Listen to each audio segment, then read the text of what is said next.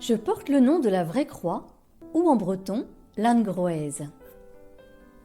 Ma parure de granit, que vous pouvez admirer actuellement, date du XVIIe siècle. Avant, il y avait un autre édifice qui avait été construit au XIIe siècle. Pourquoi avez-vous été construite ici? Je ne sais pas pourquoi cet emplacement a été choisi pour m'accueillir, mais peu importe, je m'y trouve bien. À l'origine, il y avait peu de construction, mais les temps changent et je l'accepte avec joie. Les fidèles ont toujours été présents et attentifs à mon bien-être.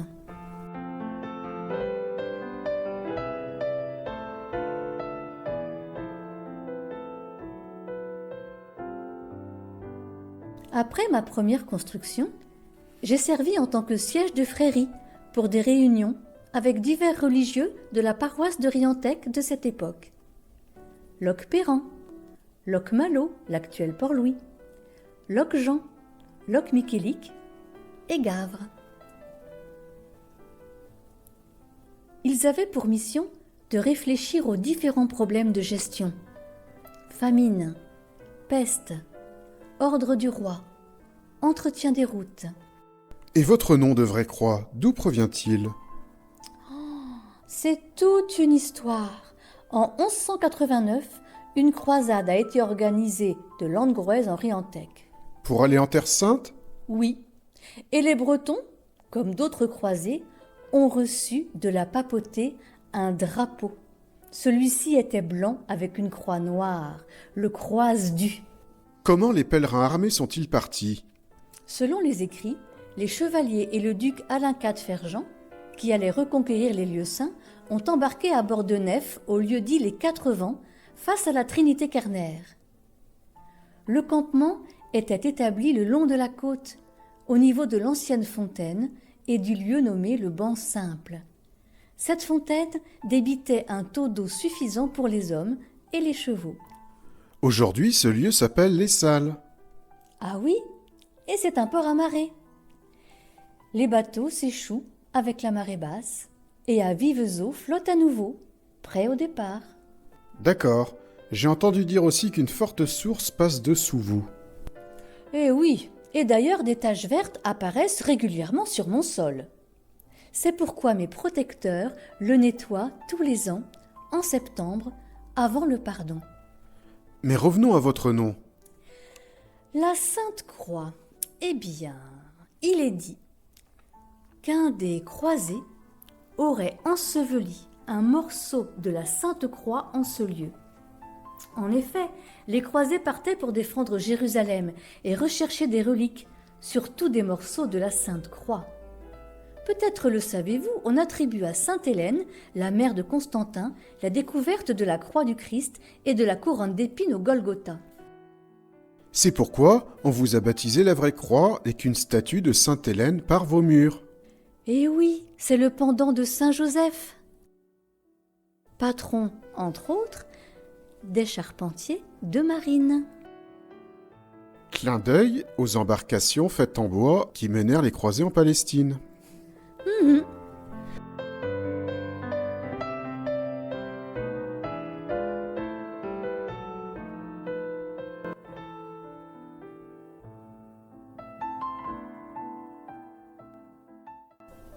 Au fil des ans, les échanges de fréries ont-ils continué?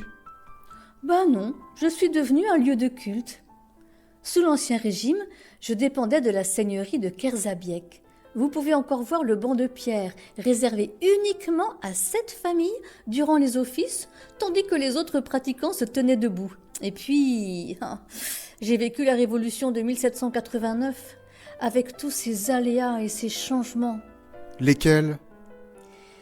Eh bien, j'ai retrouvé mon rôle de lieu de débat et je suis devenue la première salle du conseil municipal de Riantec. Beaucoup de problèmes ont été débattus dans mes murs, surtout ceux concernant les marins-pêcheurs, qui étaient très nombreux sur la commune. Beaucoup partaient et ne revenaient pas. Ensuite, vous avez retrouvé vos prérogatives, c'est-à-dire les lieux de culte. Eh ben oui, les marins et d'autres fidèles m'honorent toujours, surtout le deuxième dimanche de septembre, jour de mon pardon. Ce jour-là, on me décore avec des fleurs, des drapés. Tous ceux-ci sont fixés au clou, plantés depuis des décennies, voire des siècles. La plupart de ces clous ont été façonnés à la main par les hommes. Jusque dans les années 1960, une procession se rendait à la fontaine aux Salles. Mais à ce sujet, vous m'aviez parlé d'une coutume que les femmes pratiquaient. Ah, je laisse le soin à Philippe de vous la conter. Mais qui est Philippe? Philippe, c'est un passionné de l'histoire de Riantec. Lors de la cérémonie du mois de septembre, le recteur et ses ouailles partaient en procession au travers champs en direction de la fontaine située entre les Salles et le banc simple en Riantec. Le prêtre, là-bas, bénissait, effectuait la bénédiction de la fontaine, et les femmes de marins avaient, la plupart d'entre elles, un morceau de pain sec, ou deux, quelquefois, suivant le nombre de gens de la famille qui étaient en mer. Et une fois que le recteur avait terminé sa bénédiction, elle jetait dans la fontaine ces morceaux de pain sec. Si les morceaux restaient à la surface, c'était bon signe, bonne pêche et bon retour des marins. Si elle coulait, ça voulait dire que dans l'année, éventuellement, il pourrait y avoir un malheur. Ça s'appelle une tradition. On la retrouve ici et dans la plupart des communes ou paroisses, ce que l'on peut penser, de Bretagne. On en trouve ça effectivement dans l'Orient et surtout aussi dans le Finistère. C'est une tradition bretonne. Merci Philippe. En vous visitant, j'ai remarqué sous l'autel un gisant. Effectivement, il représente la descente de la croix. D'ailleurs, on peut remarquer sur le flanc droit de Jésus la trace du coup de lance porté par le soldat romain Longinus pour s'assurer de sa mort. Ce gisant provient d'une autre chapelle de Riantec, aujourd'hui disparue. Celle-ci était située dans le village de Saint-Léon. Eh bien merci de m'avoir conté quelques bribes de votre vie. Merci à vous de m'avoir fait revivre ces moments. À part le jour de mon pardon, aujourd'hui je ne suis plus guère visitée que par quelques touristes. Parfois, ma cloche résonne encore pour avertir les habitants du quartier et accompagner le départ de l'un des leurs vers d'autres horizons.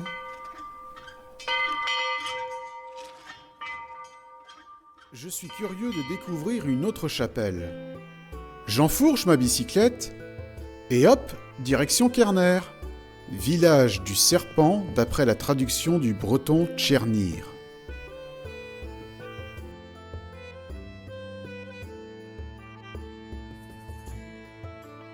Ah, voici l'église paroissiale Sainte-Radegonde. Je passe le pont qui enjambe le Riant. J'emprunte la rue de Kerner.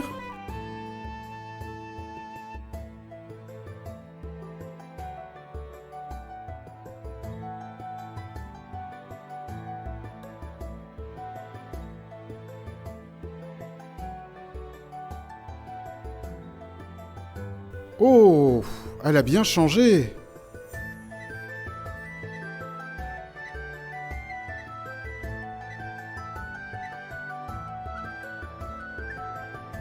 Ouf, j'arrive et je rejoins Philippe, qui m'attend au pied du calvaire pour me livrer quelques infos. Ce qui est intéressant sur ce calvaire, c'est d'un côté les sculptures en hauteur.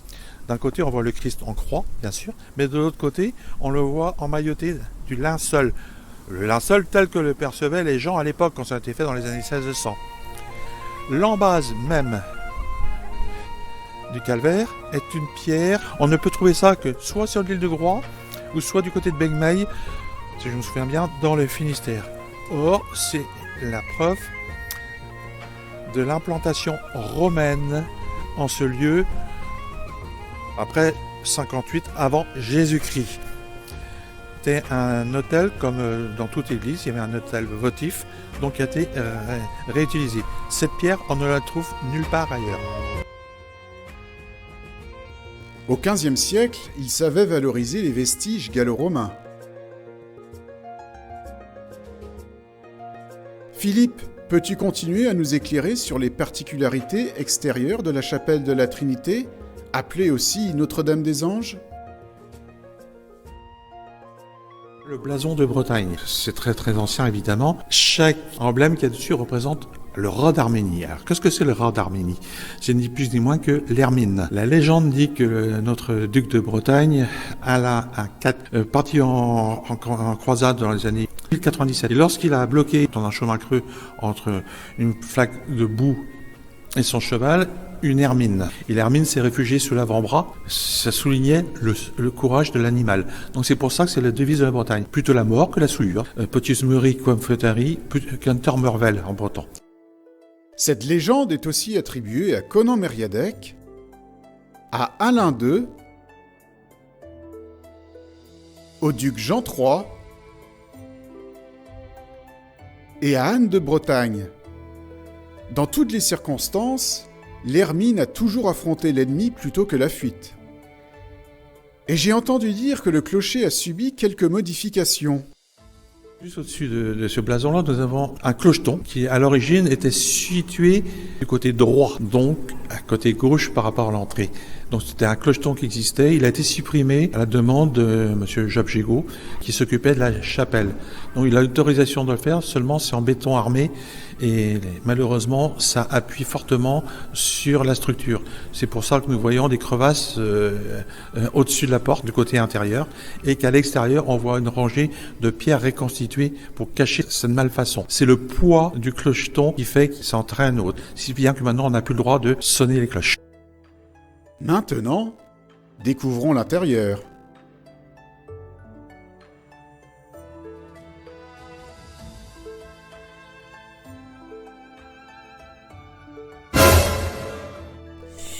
N'ayez pas peur, je suis l'esprit bienveillant de la chapelle. Ne soyez pas effrayés si vous entendez de petits bruits étranges. Cette demeure sanctifiée abrite des animaux très discrets. Et combien utiles, ce sont des chauves-souris.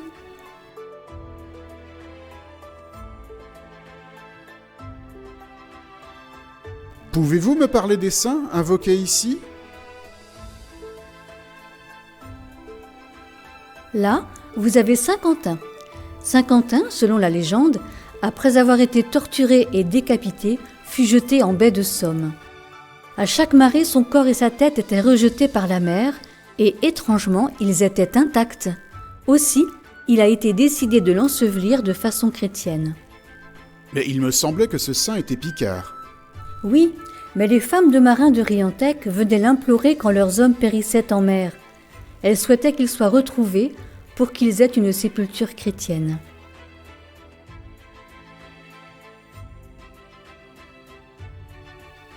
Ah là, je reconnais. Saint Hubert, protecteur des chasseurs. Bien, mais ce qui est intéressant, c'est le cerf qui est en dessous. Selon les rites chrétiens, il devrait être blanc et non pas marron. Mais pourquoi l'enfant Jésus est entre ses cornes ? Le cerf a toujours joué un rôle important dans la mythologie de nombreuses cultures. Dans la religion chrétienne, le cerf blanc apparaît comme une représentation de Jésus-Christ, en particulier dans la conversion de Saint Hubert.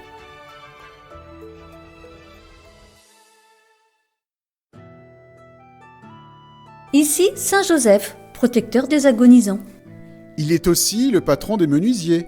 Oui, et des charpentiers de marine, entre autres. Avez-vous remarqué la voûte ? Oh, on dirait la carène d'un bateau. Et cette gueule de serpent sur la poutre, un clin d'œil à Kerner. Oh, je vois que vous vous êtes informé sur le site. Eh oui, Kerner, village des serpents. Au temps gallo-romain, des habitants vivaient dans ce lieu. Pour eux, le serpent n'était pas le symbole du péché, comme dans la religion chrétienne, mais celui de la richesse et du bonheur. Autre temps, autre mœurs. Notre-Dame de Bon Secours, invoquée lors de tempêtes. Cet ex-voto en témoigne. Reconnaissance à Notre-Dame de Bon Secours. Un naufrage qui a eu une fin heureuse.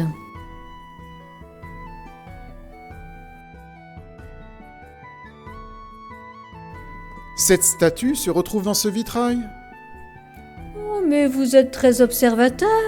En 1930, à l'initiative de Job Gégaud, les paroissiens de Kerner ont réalisé cette statue, réplique de celle présente sur le vitrail.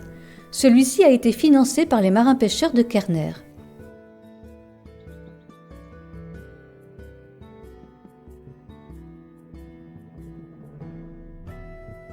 En faisant quelques recherches, je suis tombé sur des articles de presse datés de 1999. Un squelette a été mis à jour lors de travaux. Exact. Et de plus, des pièces de monnaie ont été découvertes avec cette sépulture.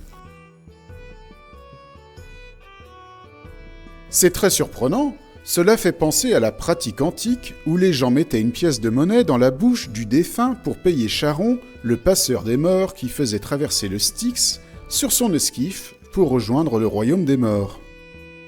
C'est ça, l'obole de Charon. Bon, soyons plus festifs. Comme le veut la tradition, la chapelle de la Trinité a son pardon en juin. Pour l'occasion, la chapelle se pare. Puis après la célébration, les fidèles se rendent en procession à la fontaine maritime.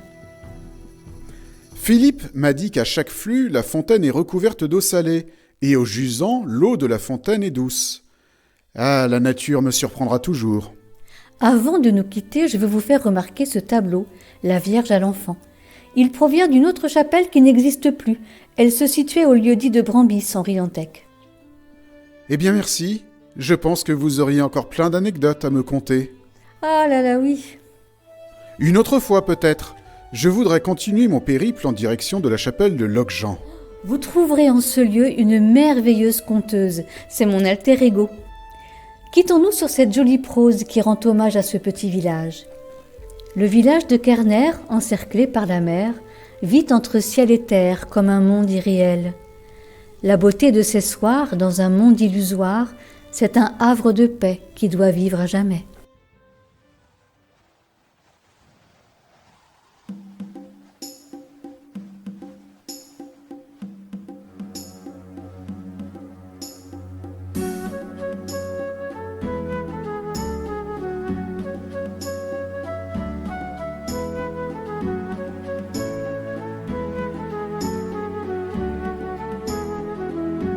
Après le survol de la campagne riantécoise, nous découvrons le site du village de Locquejean.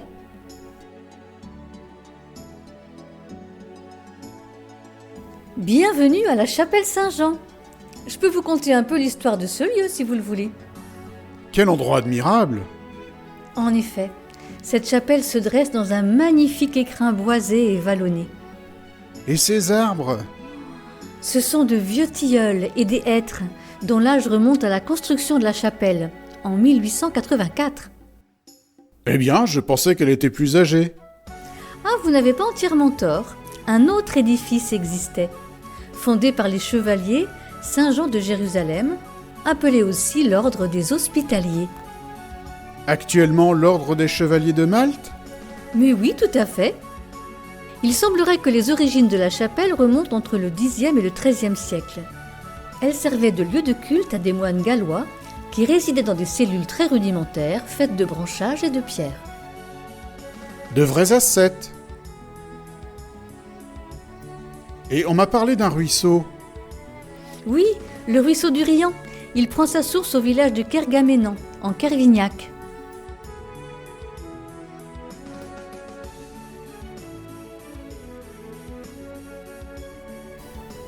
Quand je regarde cette bâtisse, je suis frappé par sa sobriété. Ah, je vous rejoins. Et je rajouterais que cela lui donne un petit côté élégant.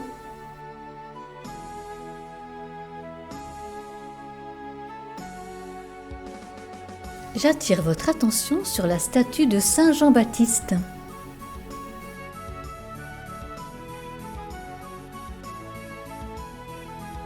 Avec son agneau en dessous. Ah, cette pierre de seuil me paraît bien plus ancienne que l'édifice. Oh, mais vous avez l'œil. Cette pierre proviendrait de l'ancienne chapelle. Vous pouvez remarquer la croix celte. L'empreinte des Gallois.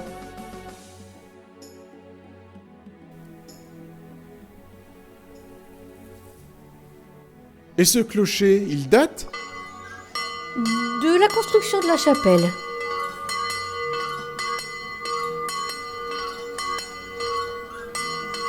Veillant sur ces murs, 3 anges, datant probablement du XVIe, surmontent les contreforts.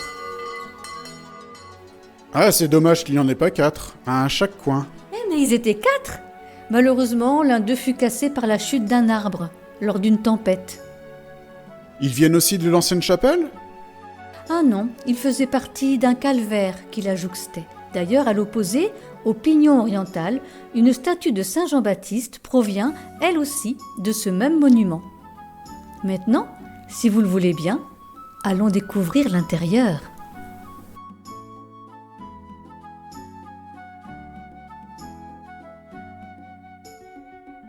Ah, c'est surprenant, il y a beaucoup de statues de la Vierge.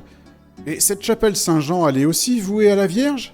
Ah non, mais lors de la reconstruction à la fin du 19e, alors que le culte marial prenait de l'ampleur en France, des familles d'agriculteurs du village ont offert des statues de la Vierge et celles-ci ont trouvé place dans des niches qui ressemblent à des grottes. L'une d'elles, au-dessus de l'autel, dans le chœur, représente de façon touchante l'apparition mariale de Pontmain.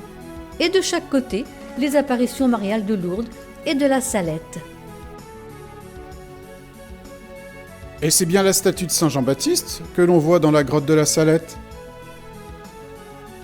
Et sur la sellette, dans le chœur, Saint Jean l'Évangéliste. Une petite info, la statue de Saint Jean-Baptiste provient de l'ancienne chapelle.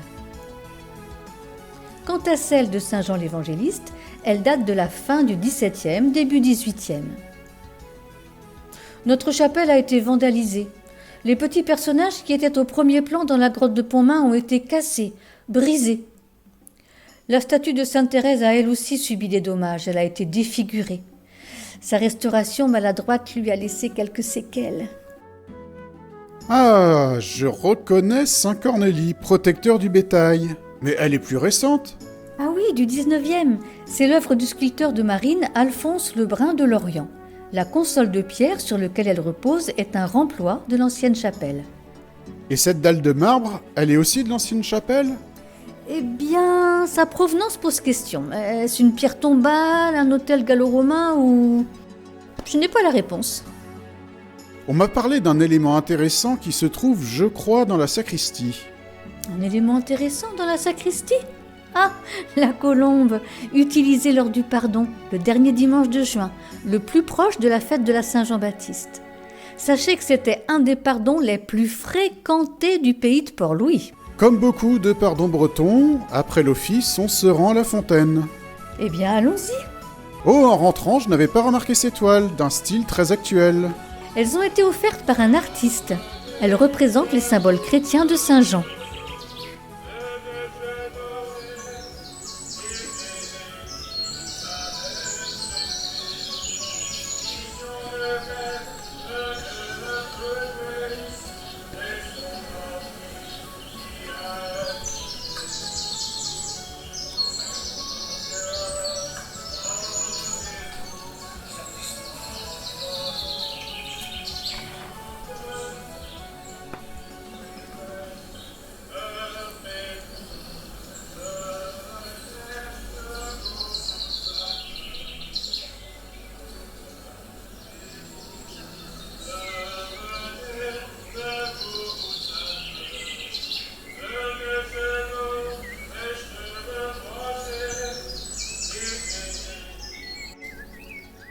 Ah, quel bel écrin pour cette fontaine.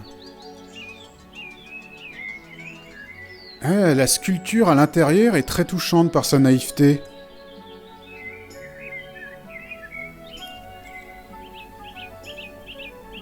Elle représente le baptême de Jésus par Saint Jean-Baptiste.